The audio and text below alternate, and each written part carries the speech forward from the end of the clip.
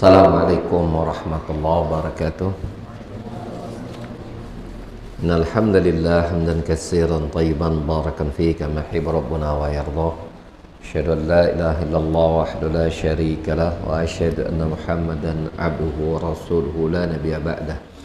Qala Allah Ta'ala fi kitabil karim, a'udzu samii'il alim minasy syaithanir rajim. Ya ayyuhalladzina amanu taqullaha haqqa tuqatih wa la tamutunna illa wa antum muslimun. Ya ayuhan nasu taqu rabbakum alladhi khalaqakum min nafsin wahidah wa khalaqa minha zawjaha wa batha minhuma rijalan katsiran wa nisaa'a wa taqullaha alladhi tasaaluna bihi wal arham innallaha kana 'alaykum raqiba. Ya ayyuhalladzina amanu taqullaha wa qulu qawlan sadida yuslih lakum a'malakum wa yaghfir lakum dhunubakum wa may yuti'illaha wa rasulahu faqad faza fawzan 'azima. Amma ba'd. Bapak-bapak dan ibu-ibu ikhwah sekalian yang semoga Allah rahmati kita semua, pada kajian kita pada hari ini kita masih membahas kitab fikih al-asma al-husna, yaitu pemahaman kita tentang atau bagaimana kita memahami nama-nama dan nama-nama Allah yang al-husna, yaitu yang terbaik, terindah, terpuji, termulia. Nah, setelah sebelumnya di beberapa pertemuan kita membahas kaidah-kaidah atau perkara-perkara penting sebagai muqaddimah sebelum kita masuk membahas satu persatu asmaul husna, maka pada hari ini kita akan mulai membahas satu persatu apa saja nama-nama Allah yang al-husna tersebut. Dimulai dengan lafaz Allah atau al-ilah. Lafaz Allah dan al-ilah. Secara makna, Allah atau al-ilah itu artinya yang maha disembah. Jadi Allah, al-ilah itu maknanya sama. Makanya kita mengucapkan kalimat la ilaha. Nah, ilah itu maknanya sama dengan lafaz Allah, ya, artinya yang maha disembah. Al-Imam Al-Qayyim rahimahullah ta'ala di dalam kitab beliau itu Madajus Salikin pada jilid yang pertama halaman ke-7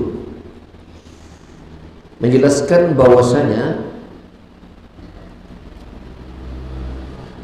tiga nama yang merupakan inti dari seluruh nama-nama Allah Subhanahu wa ta'ala itu berkumpul pada satu lafaz Allah, kedua lafaz Ar-Rabb, ketiga lafaz Ar-Rahman. Ya. Dan itu ada pada surah Al-Fatihah, ya, ada pada surah Al-Fatihah. Nah, rincian perkataan beliau begini. Cara makna, kata beliau, ketahuilah bahwa surat ini, yaitu surah Al-Fatihah, mencakup harapan-harapan yang sangat tinggi. Surat ini menjelaskan pengenalan terhadap zat yang disembah dengan tiga namanya sebagai rujukan dari asmaul husna wa sifatil uliyah, ya, sebagai rujukan ketika membahas asmaul husna, nama-nama Allah yang baik dan sifat-sifat Allah yang mulia. Inti nama Allah itu ada pada tiga, yaitu lafaz Allah itu sendiri, yang kedua adalah Ar-Rabb, dan yang ketiga adalah Ar-Rahman. Surah Al-Fatihah dibangun di atas uluhiyah, ilahiyah pada lafaz Allah sendiri. Pada lafaz kemudian dibangun di atas rububiyah pada lafaz Rabbil Alamin. Dibangun di atas rahmat, yaitu ketika kita mengucapkan Ar-Rahman Ar-Rahim. Ya. Sehingga bila kita rinci dalam Al-Fatihah itu, ketika kita mengucapkan iyyaka na'budu, hanya kepadamu lah ya Allah kami beribadah, maka itu dibangun di atas ilahiyah. Dia terus dibangun di atas ilahiyah, artinya persembahan. Kita menyembah hanya kepada Allah. Ketika kita mengucapkan iyyaka nasta'in, maka ini dibangun di atas rububiyah. Iyyaka nasta'in dibangun di atas rububiyah, dan rinciannya lafaz rincian pada lafaz Rabbul Alamin tentunya. Ya. Kemudian ketika kita memohon hidayah kepada jalan yang lurus, pada lafaz ihdinas siratal mustaqim, maka tentu ya, pemberian jalan yang lurus itu merupakan rahmat dari Allah. Kita bisa berdoa saja meminta siratal mustaqim, itu bagian dari rahmat Allah Subhanahu wa ta'ala. Bila Allah tidak memberikan kita rahmatnya, kita tidak mungkin bisa beribadah. Ya, salah satunya berdoa kepada Allah Subhanahu wa ta'ala. Oleh karena itu, dalam suatu peperangan, di dalam perang Khaybar, ya, ini dinukilkan hadis ini yang sahih oleh Syekh Abdul Razak juga dan kitabnya Min Hidayati Suratil Fatihah. Ya, mudah-mudahan ke depan kita bisa mengkaji kitab itu. Kalau kitab ini di Bandung berapa tempat saya sudah selesaikan materinya. Menukilkan doa Rasulullah SAW ketika di perang Khaybar. Ya, ini perang Khaybar ini perang besar, ya, perang melawan pasukan-pasukan besar kaum Yahudi. Khaybar ini. Jadi Khaybar ini adalah orang-orang Yahudi yang dulu bertempat di Madinah. Ya, ada Bani Nadir namanya, Bani Nadir. Yang mana Rasulullah SAW ketika beliau pindah ke Madinah, beliau membuat kesepakatan kepada penduduk Madinah, di antaranya Yahudi. Nah, Yahudi adalah penemu kota Madinah. Setelah mereka menempati Madinah cukup lama, datanglah orang-orang Arab dari Yaman menempati Madinah. Ya, jadi jangan heran ketika kita membaca sejarah di saat Rasulullah berhijrah di Mekah ke Madinah, kok banyak orang Yahudi gitu kan? Jangan heran. Ada Bani Qainuqa, Bani Nadir, ya, Bani Quraidah, ya. Jangan heran. Kenapa? Mereka sudah menempati kota Madinah jauh sebelum orang-orang Arab terutama dari Yaman pindah ke Madinah. Karena mendapatkan buku yang mereka dapatkan dalam kitab Injil dan perwatan yang mereka miliki mengatakan bahwa Nabi terakhir itu akan muncul di tempat dengan ciri-cirinya persis di kota Madinah. Maka mereka menunggu kedatangan Nabi terakhir di kota Madinah dan menyangka nabinya dari kalangan Yahudi, ternyata dari kalangan Arab, dari keturunan Ismail, bukan dari keturunan Ishak. Kecewa, makanya mereka penantian merkoyong sekian lama turun-temurun itu berakhir dengan sia-sia. Ternyata nabinya bukan dari golongan mereka. Akhirnya mereka menyimpan dendam kesumat kepada Nabi Muhammad dan para pengikutnya sampai hari ini, ya, bangsa Yahudi. Jadi menghantam Gaza itu nggak semata-mata panon gitu, nggak semata-mata karena ada unsur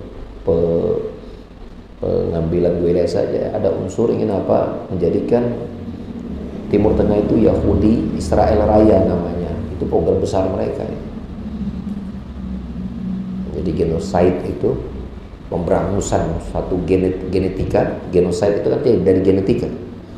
Satu ras itu mereka lakukan. Bangga menganggap itu sebuah kebenaran. Banyak bayi yang mati, anak gak berdosa, itu mereka gak peduli. Karena tujuan mereka merasa bahwa Yahudi lebih mulia daripada harga, ya, anak-anak yang tidak lahir dari Yahudi. Nggak punya harga di mereka itu. Kalau di luar kitab-kitab mereka itu luar biasa. Dan membuka kajian tentang watak Yahudi dan sejarah Yahudi, Ustaz Firanda, itu luar biasa. Habis tuntas itu. Kita tahu bahwa orang Yahudi menganggap di luar Yahudi itu binatang. Sahih. Termasuk bagi mereka Nasrani itu agama yang sesat. Ya, Allah cerita dalam Quran kan begitu kan, qalatil yahudu laisatin nasara ala syai'in wa qalatin nasara syai'un ala syai'in. Ya, wa hum yasluna alkitab. Orang Yahudi berkata, Nasrani itu agama yang enggak ada apa-apanya, sesat itu. Nasrani juga balik membalas, Yahudi juga agama yang sesat gitu kan. sama baca kita. Ya. Nah, maka ketika Rasulullah SAW hijrah ke Madinah, ya, kemudian menempati kota Madinah, dan beberapa kabilah-kabilah besar Yahudi ini terusir dari Madinah karena mereka melanggar perjanjian untuk mengamankan bersama-sama kota Madinah, namanya Piagam Madinah. Ya, kemudian ya pada perang Khandaq itu mereka di saat Madinah kosong lah, ibaratnya kosong, hanya tinggal beberapa perempuan dan laki-laki, terus Abu Lahab bin Khattab yang buta itu di situ. Kemudian mereka mencoba untuk menyakiti warga muslimah, dan akhirnya mereka diusir dari kota Madinah, sehingga mereka itu membongkar pintu-pintu, kusen-kusen jendela mereka itu bersama kaum muslimin ikutan bantu ngancurin misalnya, supaya mereka segera pindah dari kota Madinah. Nah, di tempat yang mereka pindah adalah Khaybar. Saya lupa persis ya berapa kilo ya, karena mereka ini orangnya rajin-rajin, ya. Pengembangan kurma dan segala macam itu dikembangkan oleh Yahudi udah cukup lama. Ya. Dan ketika mereka di Khaybar, maka kembali membangun ya pohon-pohon kurma, pertanian-pertanian mereka majukan. Sampai ini mereka membuat pasukan-pasukan dan bangun benteng-benteng yang besar untuk kembali menyerang kota Madinah. Begitu. Rencana mereka akan menyerang kota Madinah sudah sampai kepada Rasulullah melalui wahyu dari Allah langsung. Ya. Maka di saat perang Khaybar inilah Rasulullah SAW berdoa kepada Allah Subhanahu wa taala.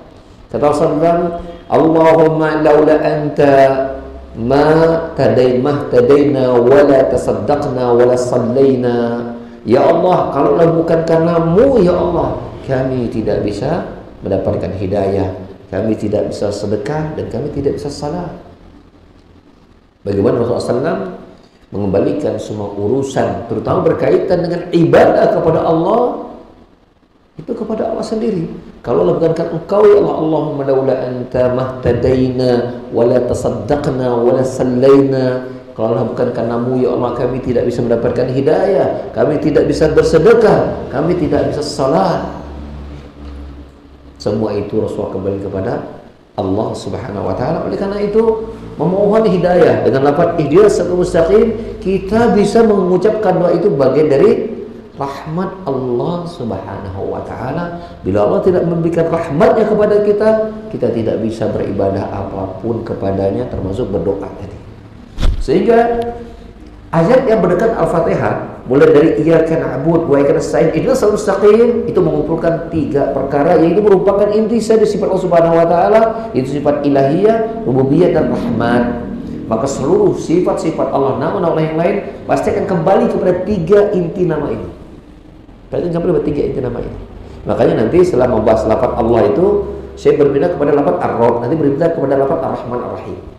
3 ini didahulukan oleh beliau, karena di antara buku rujukan beliau ketika membahas ini kitab Madarijus Salikin. Ikhwan sekalian, Madarijus Salikin itu kitabnya rata 3 jilid. Itu merupakan apa? Merupakan penelitian Ibnu Qayyim rahimahullah taala pada satu ayat dalam Al-Fatihah, yaitu ayat iyyaka na'budu wa iyyaka nasta'in, menjadi 3 kitab besar. Sahih. Itu kalau itu Masya Allah. Intinya dibahas semua terkait masalah beribadah itu mencakup kita harus bersabar, beribadah mencakup kita bersyukur, beribadah mencakup kita harus roja, tawakal, dan seterusnya. Dirinci itu.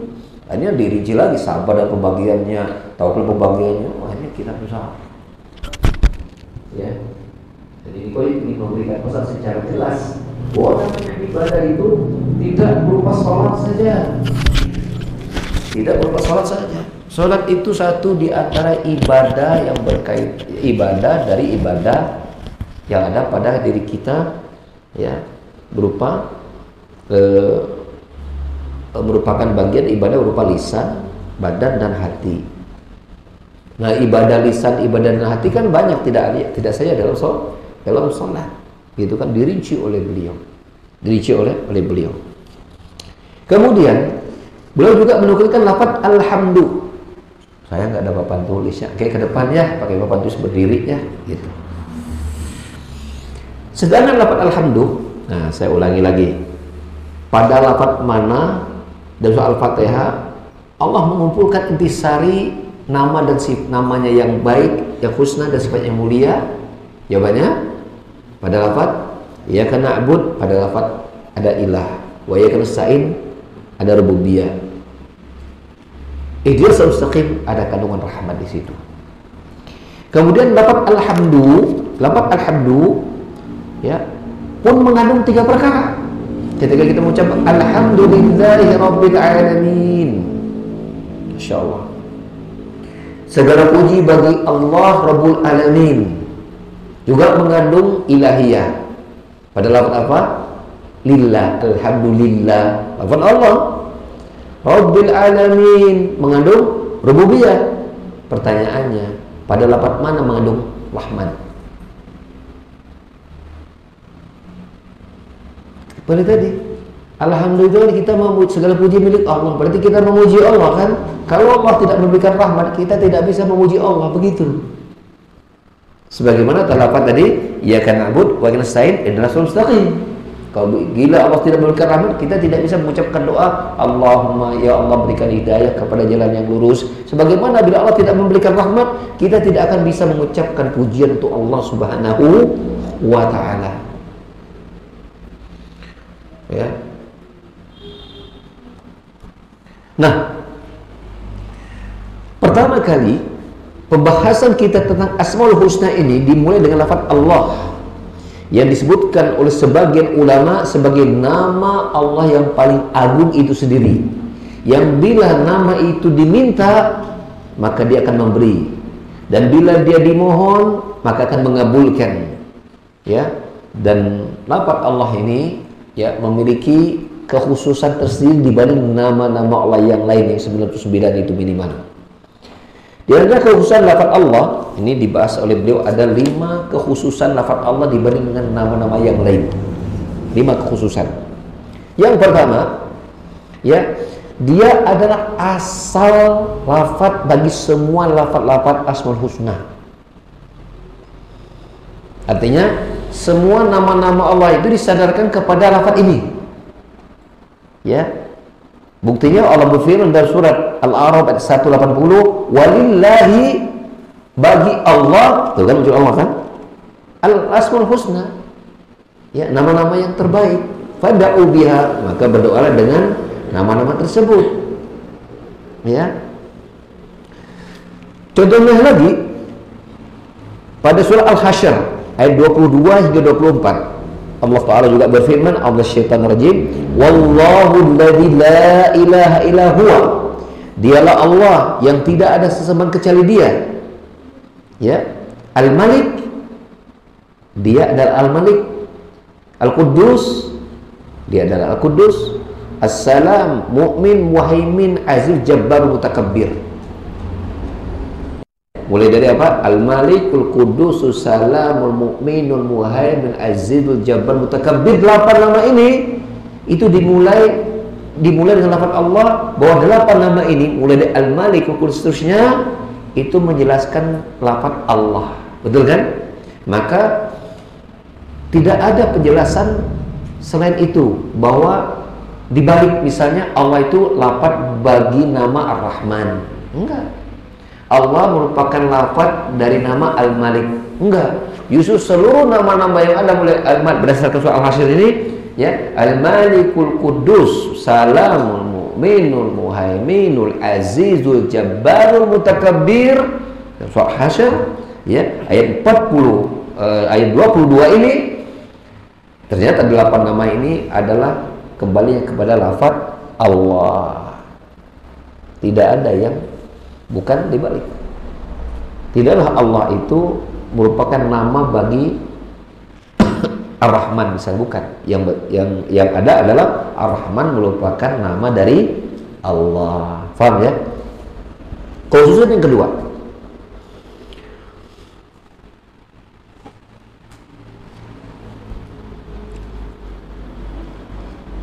lafaz Allah mencakup seluruh makna. Jadi seluruh makna dari Asmaul Husna.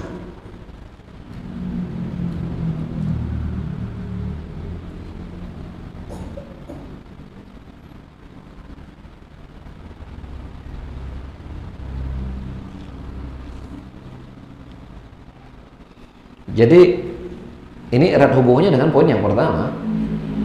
Ketika seluruh asmaul husna itu dikembalikan lafadznya kepada Allah, maka otomatis seluruh kandungan makna pada asmaul husna itu merupakan milik Allah itu sendiri.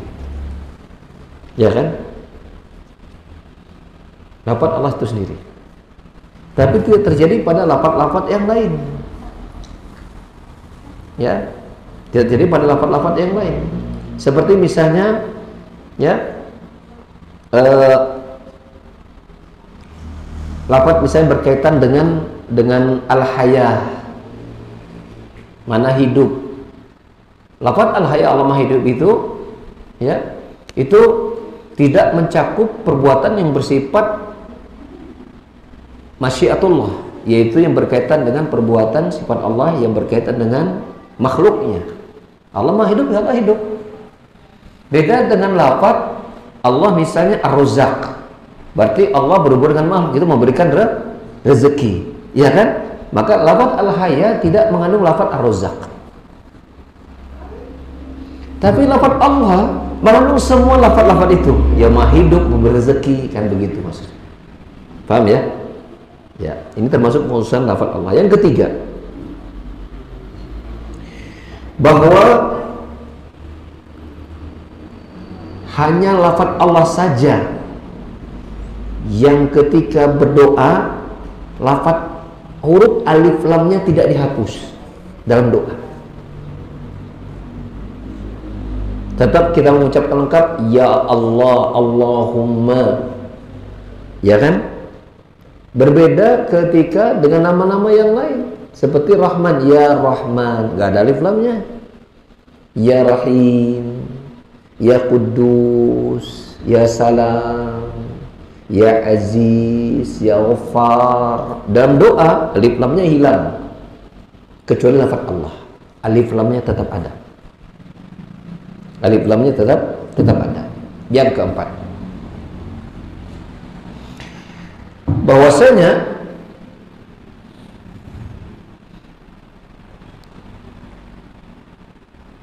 lafaz Allah ini selalu digandengkan lain gandeng bahasa Sundanya, digandengkan bahasa Indonesia itu reng-rengnya oke bahasa Sundanya, dibarengkan. Nah, gitu. Lafaz ini selalu dibarengkan dengan kebanyakan zikir-zikir yang diriwayatkan dari Nabi Shallallahu Alaihi Wasallam. Ya, selalu dibarengkan pada lafaz-lafaz zikir dari hadis Nabi Shallallahu Alaihi Wasallam, seperti lafaz misalnya Subhanallah, La ilaha illallah, Allahu Akbar, ya, La ilaha illallah, ya, La haula wala quwata illa billah, ya, hasbi Allah wa ni'mal wakil, inna lillahi wa inna raji'un, bismillah, dan zikir-zikir lainnya. Dan itu tidak terjadi pada nama-nama yang lain. Tidak mengucapkan la rahmana illallah, la razzaqa illallah, la haula wala quwata bil rahman, enggak ada. Ya, subhanal azim, ya, pasti subhanallah lalu disandarkan, ya, seperti itu, ya. Ini tidak berada pada lafaz-lafaz yang lain. Yang kelima, jadi mulai dari misalnya subhanallah, lafaz Allah, alhamdulillah, lafaz Allah, la ilaha illallah, lafaz Allah, Allahu akbar, lafaz Allah, inna lillahi wa inna ilaihi raji'un, lafaz Allah, la haula wala quwwata illa, lafaz Allah, hasbi Allah wa ni'mal wakil, lafaz Allah. Ya, itu mendominasi lafaz ini pada zikir-zikir yang Nabi ajarkan.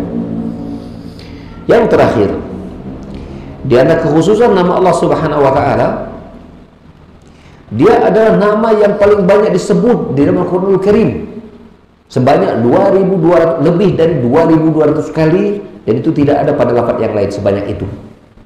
Lebih dari 2200. 2200. Lebih dari 2200 kali disebutkan dalam Al-Qur'anul Karim, dan itu tidak terjadi pada lafaz yang lain. Dan Allah memulai lafaz Allah pada ayat itu di 33 ayat. Dimulai dengan lafaz Allah sebagai Allahu la ilaha illallah al-hayyul qayyum. Ya. Allahul ladzi lahu mulku samawati dan seterusnya. Itu di 33 ayat dan itu tidak terjadi pada lafaz yang lain. Ya. Ini hasil penjelasan para ulama. Dan Ibnu Qayyim rahimahullah taala di dalam kitabnya ya, masih Madarijus Salikin di halaman 121 menyebutkan bahkan ada 10 keistimewaan secara lafaz Allah ini. Ya, ada 10 keistimewaan secara lafaz dan saya menukilkan 5 saja. Itu berkaitan dengan lafaznya. Ya. Adapun keistimewaannya secara makna dari lafaz Allah ini, maka telah dikatakan, diucapkan oleh makhluk yang paling mulia di muka bumi ini, yaitu Nabi kita Muhammad alaihissalam. Di mana Nabi mengungkapkan doanya, menggambarkan luasnya makna atau sifat-sifat Allah Subhanahu wa taala. Ya. Kata Nabi, ya, Allahumma ya ma asni alaika kama asnaita ala nafsik. Ya Allah, aku tidak sanggup untuk memujimu, maksudnya menggambarkan sempurnanya sifat-sifat Allah Subhanahu wa taala sebagaimana engkau memuji dirimu oleh dirimu sendiri. Jadi Nabi SAW pun tidak bisa menggambarkan akan sempurnanya sifat-sifat Allah untuk Allah Subhanahu wa taala, dan yang hanya bisa melakukannya itu hanya Allah sendiri. Hanya Allah sendiri. Nabi menyerahkan, membuat redaksi yang menggambarkan akan sempurnaan sifat-sifat Allah, yang beliau adalah makhluk Allah dari golongan manusia yang paling mulia dari seluruh makhluk yang ada, pemimpin para nabi dan rasul. Ya, beliau sendiri tidak bisa menggambarkan bagaimana dia memuji Allah dengan sebenar-benar pujian, sebagaimana Allah memuji dirinya sendiri oleh dirinya sendiri. Maka tidak ada satupun yang sanggup menggambarkan sempurnanya sifat Allah, ya, kemahamuliaan Allah, kemahapujian Allah, kecuali Allah sendiri. Bila Rasulullah SAW, makhluk yang paling mulia, para nabi rasul, tidak sanggup komodai orang, apalagi kita.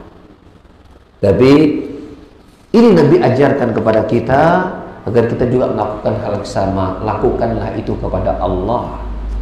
Jangan sampai kita merasa kita paling tahu tentang Allah. Jangan. Kalau Nabi merasa tidak tahu, komodai orang, ya, tapi tetap kita ungkapkan.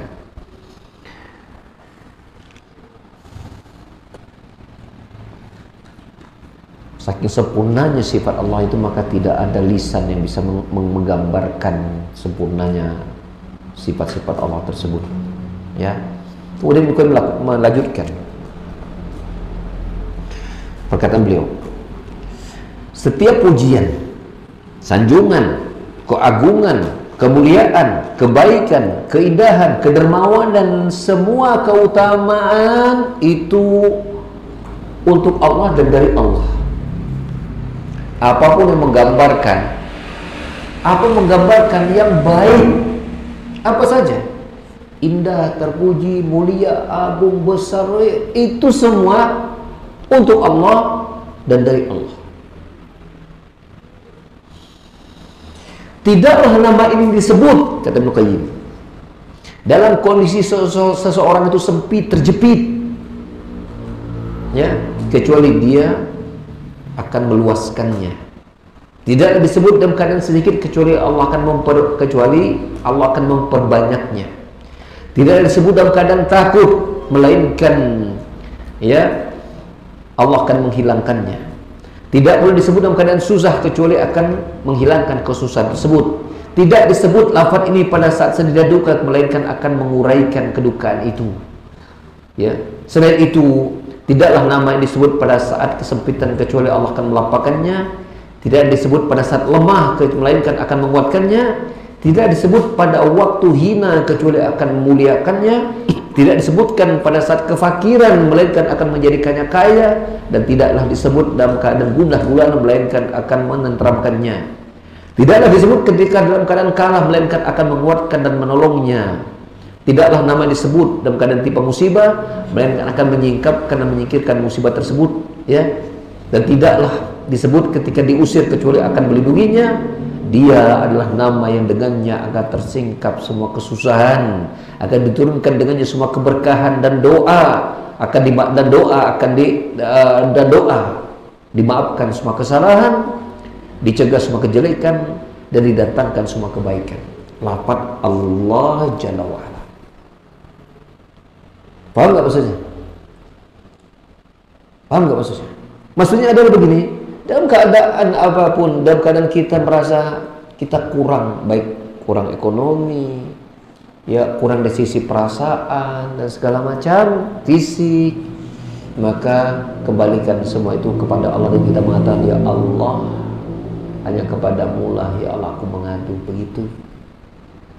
Dalam keadaan banyak utang, ya Allah, Engkau yang maha kaya, lunaskanlah hutangku. Ya Allah, Engkau yang maha perkasa, yang memberikan kesembuhan, maka hilangkan penyakitku. Ya Allah, Engkau yang mengatur segala urusan, jadikan anak-anakku, ya keluarga menjadi keluarga yang soleh dan solihah. Ya Allah, Engkau yang memberikan rezeki, maka lancarkanlah urusan usahaku. Ya Allah, lafaz itu. Tidaklah kemudian seseorang itu mungkin dihina, dicela, ya, diprovokasi, ya, ditipu dan segala macam. Dalam keadaan mungkin dia sedih, gundah gulana, tidaklah dapat seperti itu dia memanggil Allah, diadukan semua kepada Allah, maka Allah akan hilangkan kegundah gulanaannya. Coba lihat, ada yang tahu nggak apa doa yang Nabi ajarkan ketika kita dan sedih, galau dan gundah gulana? Apa doanya? Ada yang tahu? Saya yakin tahu. Sahih, barakallahu fiik. Teruskan. Allahumma inni abduk wa abdu amatik nasiyati biyadik abdun fiya hukmuk madin fiha wadin fiya qada'uk.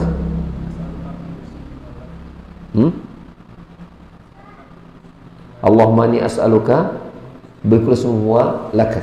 Tayyib. Sammaitu bihi nafsak aw alamtahu ahadan min khalqik aw anzaltahu fi kitab ahadan min khalqik an taj'al qur'ana rabi'a qalbi, ya, wa nura sadri, ya, wa dhahaba hammi wa jala husni wa hammi wa ghammi illa dhahaba anhu alhammu wal ghammu.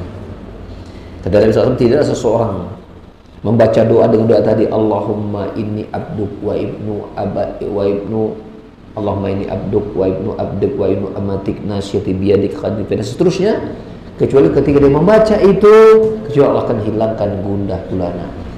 Bayangkan, nama itu seseorang apa? Memuji Allah,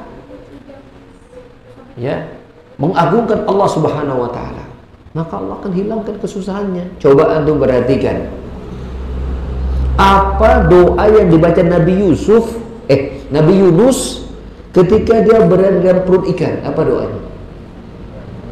Apa? La ilaha illa anta. Terus subhanaka inni kuntu minadh dhalimin. Poinnya hanya dua. Nabi Yusuf mengagungkan Allah, memuliakan Allah, mensucikan Allah, lalu kemudian dia menganggap dirinya banyak dosa dan kekurangan. Kan kalau kita lihat, kenapa Nabi Yusuf tidak membaca doa langsung, ya Allah tolonglah aku, gitu kan? Ya Allah keluarkan aku dari perut ikan ini, begitu kan? Kan langsung redaksinya nyambung gitu ya, betul kan? Nabi Yusuf tidak membaca, ya Allah, Allahumma akhrijni, ya, min hadan nun, min hadas samak, ya, Allahumma najjini, ya, minadh dhulumatil lail ya, wa dhulmatil badani Hud dan seterusnya. Nabi Yunus tidak mengucap, ya Allah keluarkan aku dari perut ikan ini, keluarkan aku dari kegelapan malam, kegelapan perut ikan ini, selamatkanlah aku. Enggak, lafadznya tidak berhubungan langsung dengan permintaan doa. Nabi Yunus hanya memuji Allah, la ilaha illa anta, tidak ada yang disembah kecuali engkau ya Allah. Lafadznya Allah kan, la ilaha illa anta, subhanak, maha suci engkau ya Allah, adapun aku termasuk yang zalim banyak dosa ya Allah.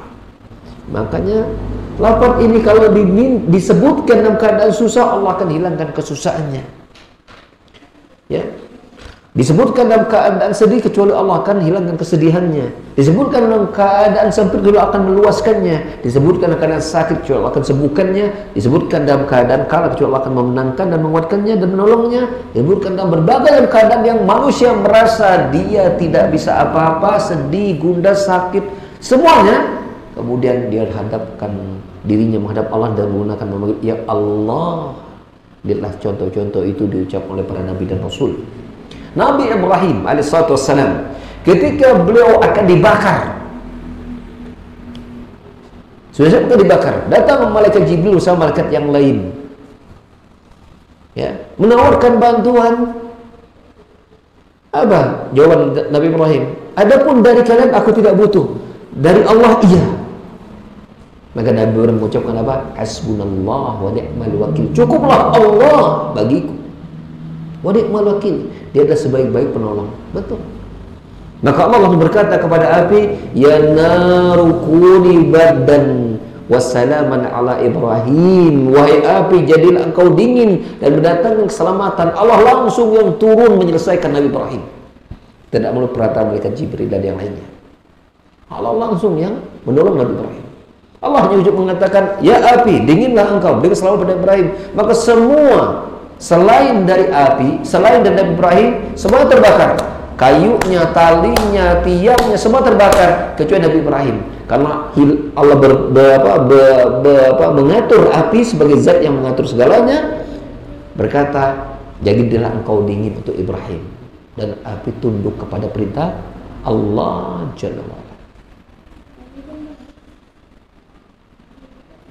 Itu kisah-kisah nyata terjadi dalam kehidupan dunia. Seberapa hebatnya, ya, bagaimana Allah memilih ada manusia-manusia yang begitu yakin kepada Allah Subhanahu wa taala dalam menghadapi situasi yang genting bahkan mengancam nyawa. Kisah Nabi Ibrahim, kisah Nabi Yunus itu kan kematian depan mata, betul atau tidak? Betul atau tidak? Kisah Nabi Musa bersama Bani Israel akan dikejar oleh oleh Fir'aun dan tentaranya. Itu kan kisah itu mengancam nyawa semua itu.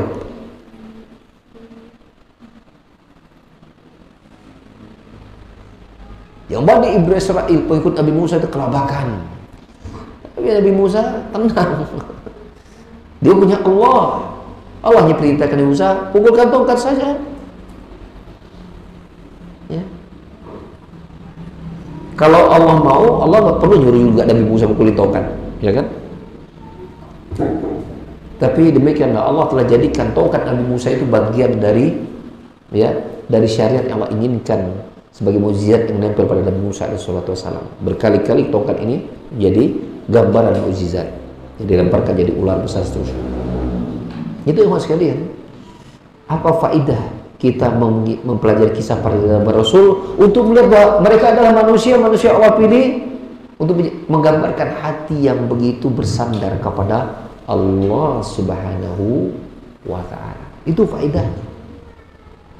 Ya. Jadi dia bukan kisah pengantar tidur, dongeng orang-orang yang dahulu, tidak. Ya. Fiha ya ibarun linnas. Dalam kisah-kisah itu ada pelajaran yang bermanfaat buat manusia.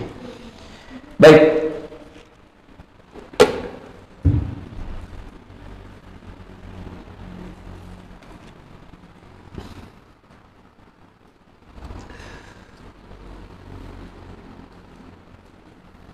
Kemudian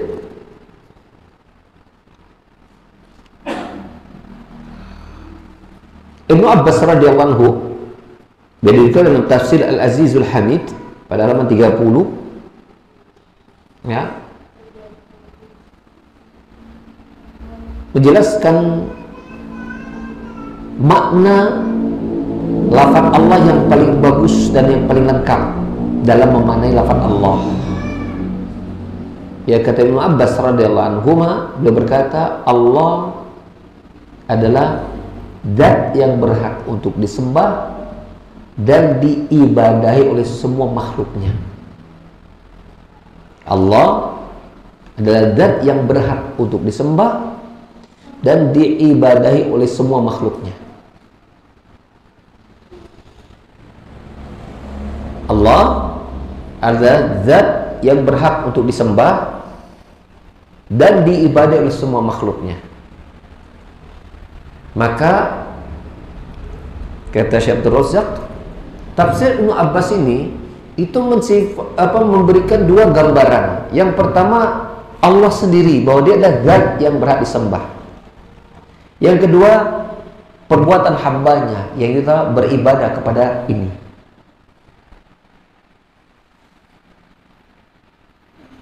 Ya,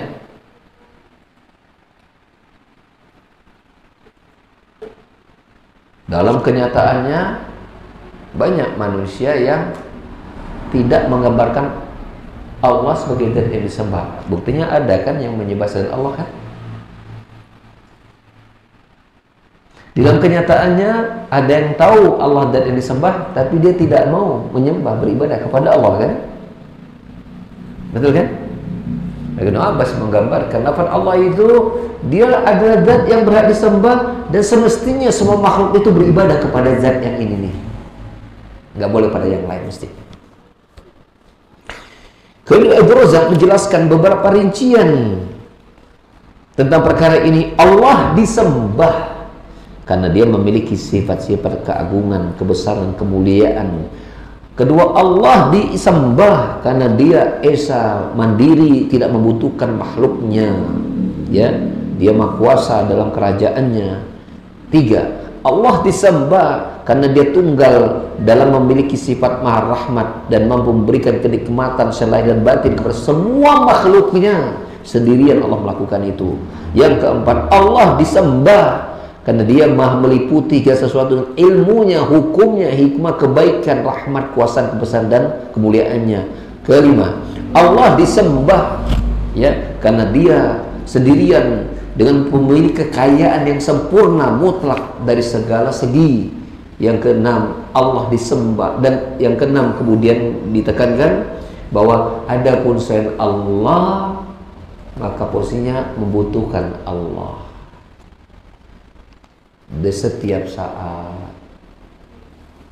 Adapun makhluk maka dia membutuhkan Allah di setiap saat, di segala segi.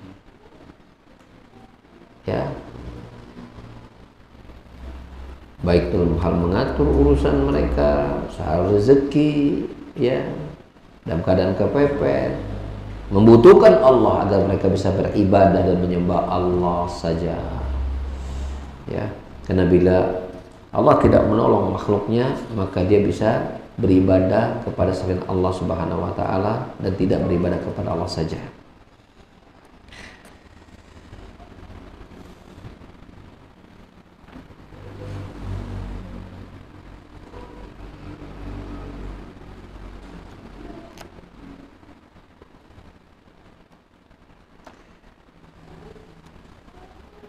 Penjelasan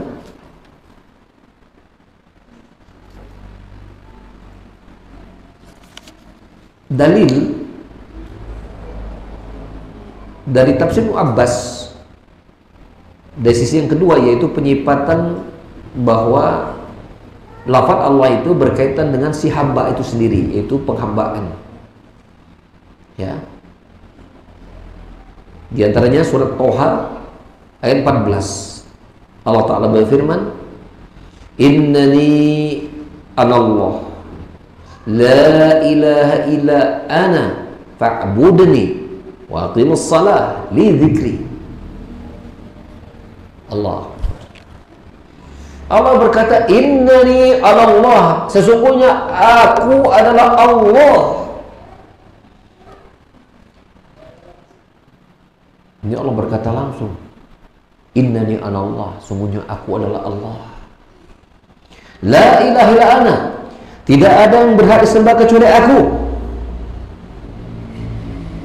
Allah begitu lantangnya, begitu tegasnya menyatakan sesungguhnya aku adalah Allah dan tidak boleh ada yang disembah kecuali diriku, kata Allah. Fa'budni, maka para hamba beribadahlah hanya kepada aku.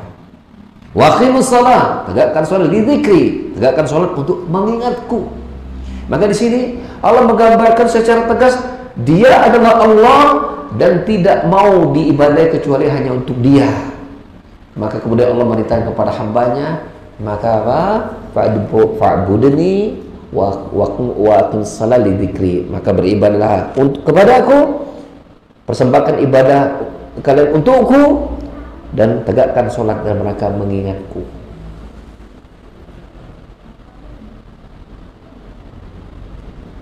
Ya, Allah tiadakan, ya, Allah nyatakan bahwa semua selain dirinya itu tidak boleh dijadikan sesembahan karena tidak memiliki kepantasan untuk disembah. Bagaimana batu bisa disembah? Makhluk yang sangat kurang, tidak bisa ngomong, tidak bisa mendengar, ya, tidak bisa ngapa-ngapain. Bagaimana kalau hewan-hewan dijadikan sesembahan? Ada yang menyembah sapi, ada yang menyembah monyet. Bagaimana kalau langit dan bumi, bintang-bintang dijadikan sesembahan? Sementara mereka adalah makhluk punya kekurangan, tidak bisa menciptakan yang lain dan tidak bisa menciptakan dirinya sendiri, apalagi menciptakan yang lain dan mengaturnya.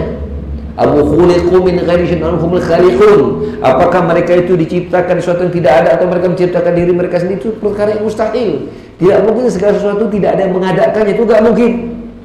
Tidak mungkin dia terjadi dengan sendirinya, enggak mungkin. Dia menciptakan diri sendiri, enggak mungkin. Sesuatu yang tidak ada tidak mungkin menciptakan. Asalnya tidak ada, itu tidak mungkin dia menciptakan dirinya sendiri, apalagi menciptakan yang lain. Tidak mungkin sesuatu tidak ada mengadakan, itu nggak masuk dalam akal logika.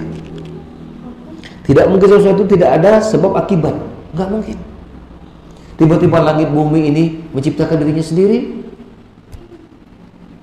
ya. Menurut teori orang-orang Barat itu kan, terjadinya tata surya ini karena peristiwa Big Bang, ledakan, galaksi kemudian melahirkan tata surya. Berarti apa? Adanya keterangan ini karena peristiwa Big Bang. Berarti mereka beralasan bahwa sebab terjadi tata surya sebabnya karena ada Big Bang. Mereka mesti tanyakan lagi, yang meledakkannya siapa? Mereka kan nggak sampai di situ kan? Kalau mereka mengatakan keterangan tata surya ada sebab, kenapa mereka tidak tanyakan lagi yang menjadikannya meledak siapa?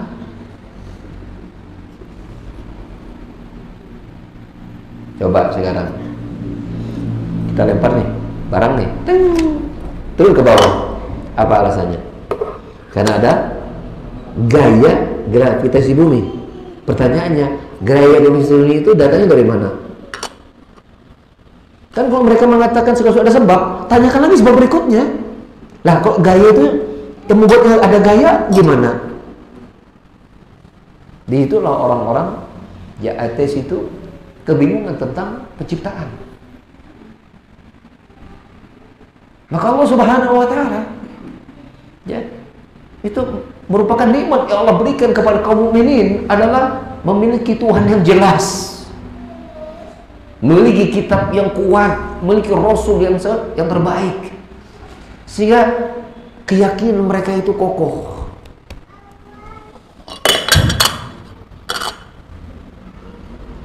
Ada seorang dokter yang terkenal dalam banyak memuslimkan orang, namanya Dr. Zakir Naik namanya. Zakir Naik, turunan India. Aslinya dia memang dokter medis dia. Dia berguru kepada Syekh Ahmad Dedat yang juga sering membantah orang-orang Nasrani. Kemudian kehebatannya melebihi gurunya dari Syekh hafalan.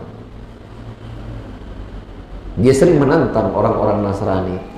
Coba sebutkan dalam kitab kalian dan Bible manapun tanpa kata dia without ambigu, tanpa ada kebimbangan secara tegas. Kapan Nabi Isa pernah berkata, aku Tuhan sembahlah aku, secara tegas. I am God, you worship me. Saya Tuhan, sembahlah aku. Ada nggak? Nggak ada. Nabi Isa tidak pernah mengatakan secara tegas, nggak pernah sama sekali. Dia tantang seluruh perdamaian seluruh dunia, nggak ada yang bisa mendatangkan itu. Tapi Islam, Al-Quran, Allah menyatakan ini contohnya. Ya, surat Toha ayat 14 ini. Allah menyatakan apa? Innani anallah fa'budni. Sesungguhnya aku adalah Allah. La ilaha illa ana fa'budni. Tegas Allah menyatakan, aku adalah Allah, tidak ada sembahan kecualiku, maka bersembahlah aku. Maka Allah memperkenalkan dirinya hadir dengan apa? Dengan penjelasan yang kuat, yang kokoh, untuk manusia tidak ragu bahwa dia adalah Allah, dan sebagai manusia tidak ragu jangan ambil sembahan selain dirinya. Ya, nah, mengapa kita Allah disembah? Tadi kata Syekh Abdul Razak, dia pemilik sifat sempurna, maha baik, maha kaya, maha indah segala macam. Ya kan? Kalau kita menyembah bergantung kepadanya, kita pasti apa? Beruntung, karena dia pemilik sifat itu. Kita susah minta kepada yang maha sempurna, jadi hilang susah. Kita kere minta pada maha kaya, jadi kaya. Jadi kalau kita punya masalah apapun, jangan minta kepada selain Allah. Makhluk itu sama-sama sama kita, sama-sama butuh kok. Tapi Allah tidak butuh kita. Dia kaya dan tidak membutuhkan hambanya, memberi itu tanpa minta balasan. Banyak manusia yang menyakiti Allah, seperti Allah mengatakan, ya ya'dzubni ya yu'dhini, para manusia telah menyakitiku, kata Allah Subhanahu wa taala, dengan mengatakan aku memiliki anak, tapi Allah tetap kasih dia rezeki. Nasrani Yahudi mengatakan Allah punya anak, musyrikin menyatakan Allah punya anak, tapi Allah tetap kasih dia rezeki. Kalau Allah ingin murka, tidak ada perkataan manusia membuat Allah murka kecuali mengatakan Allah punya anak. Kalau Allah mau menampil kemurkaannya, Allah tidak jadikan mereka itu bisa sedetik pun bisa hidup di muka bumi ini. Tapi Allah tetap berikan mereka rezeki walau mereka telah menyakiti Allah Subhanahu wa taala. Ya. Maka oleh karena itu, mengenal Allah Subhanahu wa taala dengan lafadznya, dengan rinci, membuat kita mestinya tidak boleh ragu untuk mengembalikan semua urusan kita kepada Allah. Ya, apa saja. Ya, kalau misalnya kita dapat anak kita sakit, minta ya Allah beri kesembuhan buat anakku ya Allah. Usaha kita mungkin sedang memulai, ya Allah lancarkan rezekiku ya Allah, mudahkan urusan usahaku ya Allah. Ya, dalam belajar kita susah belajar, ya Allah mudahkan belajarku ya Allah, mudahkan hafalanku ya Allah. Minta sama-sama Allah. Minta sama-sama Allah. Ya. Dan tidak ada membuat kita hidup tenang kecuali kita bersama Allah Subhanahu wa taala. Ya. Memiliki dunia tidak menjamin ketenangan bila seorang itu jauh dari Allah Subhanahu wa taala. Ya, maka semua usaha-usaha, semua syariat-syariat yang Nabi ajarkan untuk kita dekat dengan Allah, ambil semua paket itu. Ambil semua paket itu. Salat malam, ambil paket salat malam. Ya, berjabat di masjid, ambil paket itu. Baca Quran, zikir, ya, mencari harta yang halal, menyambung silaturahim. Ambil semua paket itu yang membuat kita dekat sama Allah Subhanahu wa taala. Saya tutup dengan sebuah analogi berpikir begini. Ada seorang sahabat, dan tentu para sahabat semua mencintai Rasulullah Sallallahu Alaihi Wasallam, dan mereka ingin di hari kiamat bisa dekat selalu bersama Rasulullah Sallallahu Alaihi Wasallam di surganya. Maka Rasul mengatakan apa? Al mar'u ma'aman ahabba. Seseorang itu akan bersama dengan yang dia cintai. Bila dia mencintai Rasulullah SAW, bukti cinta diwujudkan dan dia mengamalkan amalan Rasulullah SAW, maka dia akan bersama dekat Rasulullah SAW. Pertanyaannya, lalu bagaimana kalau orang yang selalu dekat dengan Allah, bersama Allah? Lebih kan tuh? Allahu Akbar. Demikian barangkali yang bisa kita sampaikan dari materi kita hari ini. Kalau ada pertanyaan, persilakan.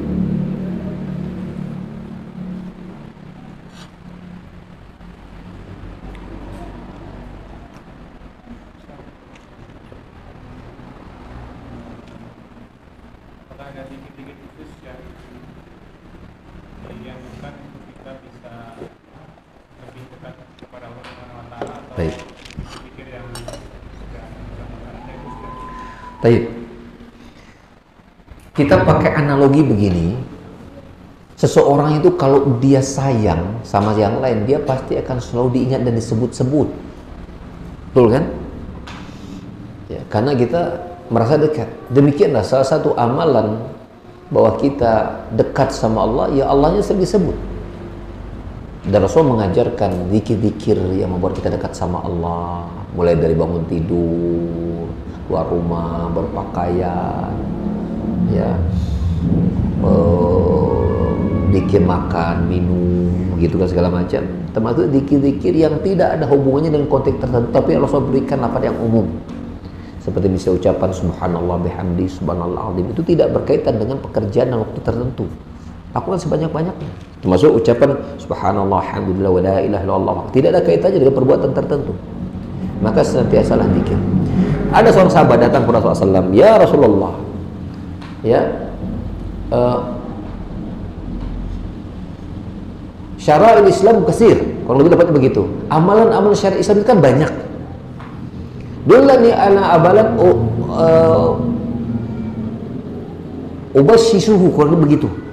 Tunjukkan aku pada satu amalan yang aku bisa konsistenkan saja, satu saja amalan. Kan ini kan banyak nih, tapi aku bisa konsistenkan satu saja. Rasulullah, la tazalu lisanaka ratban min dzikrillah. Jadikan lisanmu itu selalu basah dengan berzikir kepada Allah. Subhanallah. Rasulullah juga mengatakan, ala ukhbirukum bi khairi a'malikum waskaha indallah. Apalagi lapasnya, wa khairul lakum min an tunfiqal dahab wal fiddah, wal fiddah, terus kemudian wa khairul lakum min an apa ya, antal qa'aduwakum fatatribu unukakum wa tatribu unukakum wa yatribuna unukakum. Rasulullah SAW jadi mengatakan secara makna begini, mau aku kabarkan kepada kalian satu merupakan sebaik-baik amalan kalian yang paling suci di sisi Rabb kalian, wa arfa'aha fi darajatikum, dan paling meninggikan derajat kalian, dan dia lebih baik daripada kalian menginfakkan uang dan emas, ya, atau uang perak, kurang agak pas dapatnya. Dan kelima, lebih baik dan itu lebih baik daripada jihad fisabilillah, ketika kalian bertemu dengan musuh kalian, dengan kalian membunuh mereka atau membunuh kalian. Mau nggak atau kepada kalian 5 amalan yang ini, ya, Anda kumpulkan kepada kalian satu amalan yang lebih baik daripada, yang paling baik buat kalian, paling dekat dengan, paling cinta oleh Rabb kalian, kemudian paling meninggikan derajat kalian, lebih baik daripada berinfak dengan emas dan perak, lebih baik daripada berfisabilillah. Mau nggak? Oh, sahabat pasti mau. Bala ya Rasulullah. Apa dia Rasulullah? Hanya satu, zikrullah. Banyak ingat Allah Subhanahu wa ta'ala di setiap waktu keadaan, baik zikir sifatnya muqayyad maupun sifatnya mutlak, ya, gitu. Banyak dari Allah Subhanahu wa ta'ala. Ingat Allah Subhanahu wa ta'ala dan tiap keadaan.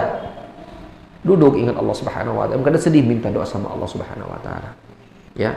Dan di antara doa yang Nabi ajarkan agar kemudian kita bisa dekat sama Allah Subhanahu wa ta'ala, doa agar diberikan rasa cinta kepada Allah. Allahumma inni as'aluka hubbaka wa hubba man yuhibbuka wa hubba amal yuqarribuni ila hubbik. Itu baca. Ya Allah, berikan aku kecintaan untuk mencintaimu, ya Allah, mencintai orang-orang mencintaimu, ya Allah, mencintai seluruh amalan yang membuatku semakin dekat kepadamu, ya Allah. Minta itu kepada Allah Subhanahu wa ta'ala. Ya, pada dasarnya semua doa-doa itu akan menghantar kita untuk dekat kepada Allah Subhanahu wa taala. Seperti doa Rabbana atina fid dunya hasanah wa fil akhirati hasanah wa qina adzabannar. Itu termasuk doa agar kita dekat sama Allah Subhanahu wa taala, karena di antara tafsir kebaikan dunia itu adalah apa? Kita mendapat ilmu yang bermanfaat dan bisa beramal soleh. Talabul ilmu bagian dari kita bertakarub kepada Allah Subhanahu wa taala. Artinya semua amal soleh pada hakikatnya membuat kita dekat kepada Allah. Semua amal soleh, baik dengan amal soleh menggunakan lisan, menggunakan anggota badan, maupun menggunakan hati, semuanya kita lakukan. Ya Allah, Allah bisawab. Bersedekah mendatangkan cinta Allah, dekat sama Allah, nyambung silaturahim sama, yang membuat kita dekat sama Allah Subhanahu wa taala. Menjenguk orang sakit seterusnya. Ya, Allah.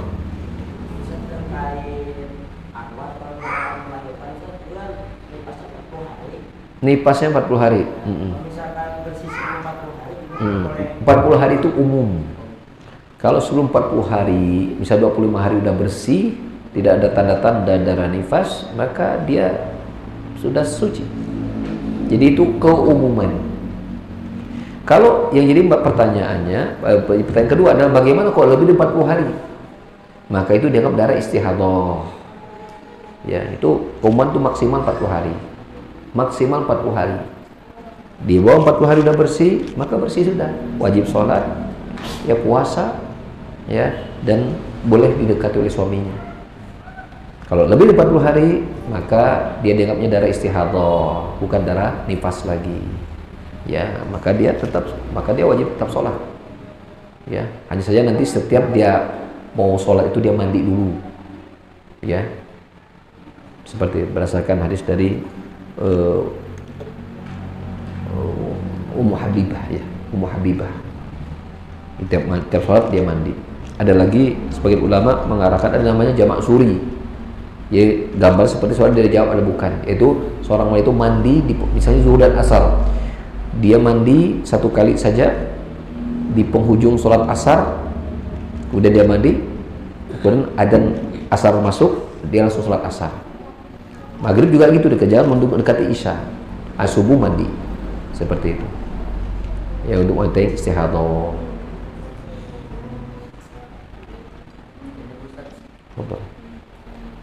Bagaimana untuk memperkokoh keimanan kita kepada Allah Subhanahu wa taala? Katakan iman manusia itu Kadang naik, kadang turun. Lagi yang khusus ya. Naik. Bagaimana kiat-kiatnya biar Baik. kita tetap standar kita. Tayyib, Masya Allah. Tayyib. Suatu hari sahabat Hanzalah menemui Abu Bakar As-Siddiq radhiyallahu anhu. Ya, lalu kemudian mengatakan nafaqah Hanzalah. Hanzalah ini sudah munafik 2 kali dia mengucapkan kepada Abu Bakar. Abu Bakar bertanya, apa yang menyuruh berkata demikian? Begini, ketika kami dekat bersama SAW, diingat tentang surga dan neraka, iman bertambah. Namun ketika kembali pada keluarga, sibuk pekerjaan, itu seolah-olah itu menjauh, gitu kan? Seperti itu. Maka Abu Bakar berkata, aku juga mengalami hal yang sama. Ya, maka kemudian mereka berdua mendatangi Rasulullah SAW menyampaikan apa yang mereka rasakan. Allah mengatakan, kalau seandainya iman kalian selalu stabil, lasahatkum malaika fit tariq, maka malaikat akan menyalami kalian di jalan-jalan. Walakin sa'atan. Akan tetapi namanya iman itu dia punya waktunya naik, punya waktunya turun. Kemudian Rasul di lafaz yang lain mengatakan bahwasanya inna likulli amalin syirratun wa likulli syirratin fatratun. Faman kana fatratu ala sunnati faqad ihtada wa man kana ghayra dzalika faqad halak. Aqama Rasulullah sallallahu alaihi wasallam. Sungguhnya iman itu dia punya masa-masa semangatnya, naik, besar. Dalam masa semangat itu dia punya masa turunnya. Maka dalam keadaan turun itu dia telah berada di atas sunnahku, maka dia adalah yang akan beruntung, tetap berada di atas petunjuk. Tapi barang siapa ketika dia turun semangatnya, dia tidak berada di atas sunnahku, maka dia akan binasa. Ya, maksudnya adalah begini, seseorang yang senantiasa kemudian dia beribadah kepada Allah Subhanahu wa taala, misalnya dia sholat wajib, kemudian sholat wajib itu dia sholat sunnah, ya, maka ketika imannya turun itu jangan sampai dia dia tinggalkan amalan wajibnya, paling tidak demikian. Karena kalau sampai wajib dia tinggalkan, sudah itu binasa. Ya, atau misalnya amalan sunnah yang tadinya banyak, dia kurangi sedikit ya, sampai dia tinggalkan sama sekali misalnya. Bisa sholat malam dia bisa langsung salah rakaat, dalam keadaan lemah dia hanya sanggup 1 rakaat, maka jangan tinggalkan sholat malamnya. Tetap berusaha menjaga itu walaupun sebentar. Yang tadinya banyak, tapi jangan ditinggalkan. Itu maksudnya. Nanti itu dalam rangka namanya semacam kayak bertahan. Sampai akhirnya nanti Allah berikan lagi hidayah, naik deh gitu. Jangan sampai naiknya melesat, meroket ketika terjun bebas. Ya, tara-tara sholat malam tiba-tiba langsung 41 rakaat. Ya, di malam keempat embung deui sholat malam. Nah, kan begitu. Enggak begitu maksudnya.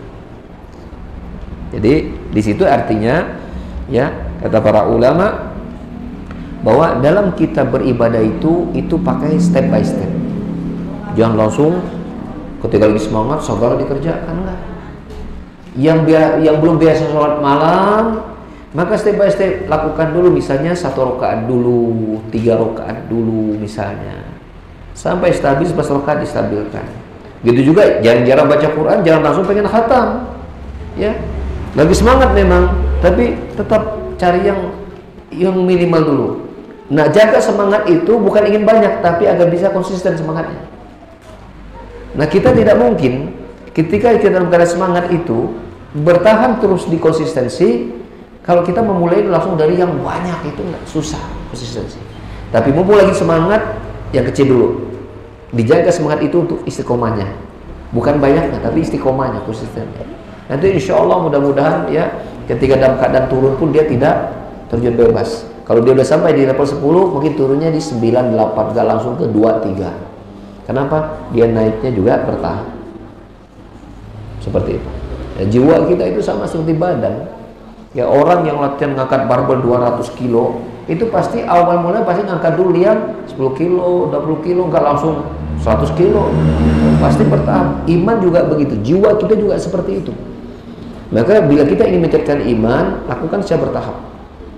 Sampai jadi stabil itu, nah ketika turun juga sedikit. Betul, orang yang menjaga kestabilan iman, dia naik dikit-dikit, itu kalau turun juga nggak drop itu, dikit aja, nanti normal lagi, naik lagi, seperti itu. Ya, dan Nabi SAW mengingatkan kepada kita bahwa ahabul amali ilallahi ya adwamu wa in qalla, amalan yang paling Allah sukai apa? Yang sedikit tapi konsisten. Nah, itu penting kita itu. Mencari amalan-amalan yang kita berharap kita bisa mengkonsistensikannya. Karena Rasul juga berkata, innallaha yuhibbu minal abdi idza amila amalan atqanahu. Sungguhnya Allah sangat menyukai dari seorang hamba ketika dia melakukan suatu amalan ibadah, dia konsistenkan. Itu Allah sukai. Karena kalau konsisten itu dia akan berusaha meningkatkan apa? Kualitas. Orang tara-tara pakai motor, ya, tiba-tiba ketika pakai motor, kemudian dia pakai motor, itu nggak mungkin pertama kali pakai langsung menguasai kendaraan, betul nggak? Apalagi bisa ngebut. Dia bisa menguasai kendaraan dan bisa sampai ahli dan ngebut, bahkan ikut lomba, pasti dia konsisten bawa kendaraan, betul nggak? Konsisten. Kenapa? Dia konsisten, dia akan belajar. Nah, begitulah amalan ibadah. Allah menyukai orang itu apa? Dia konsistenkan amal, karena dalam konsisten itu dia akan meneliti kualitas ibadahnya.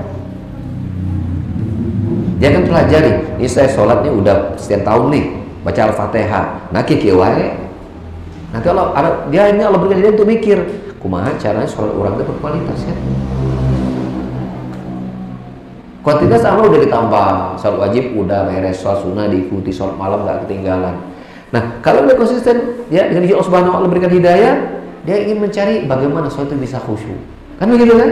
Itu karena buah dari konsisten itu.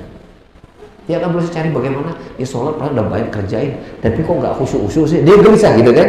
Nah, kegelisahan itu merupakan pintu hidayah Allah berikan kepada dirinya untuk dia bisa khusyuk dalam sholat. Dia mulai belajar, dia akan doa, ya Allah sholat sudah banyak tapi belum khusyuk, berikan aku dalam sholat ya Allah. Nanti Allah berikan hidayah dengan dia bertambah ilmu tentang kiat-kiat khusyuk dalam sholat. Allah besar.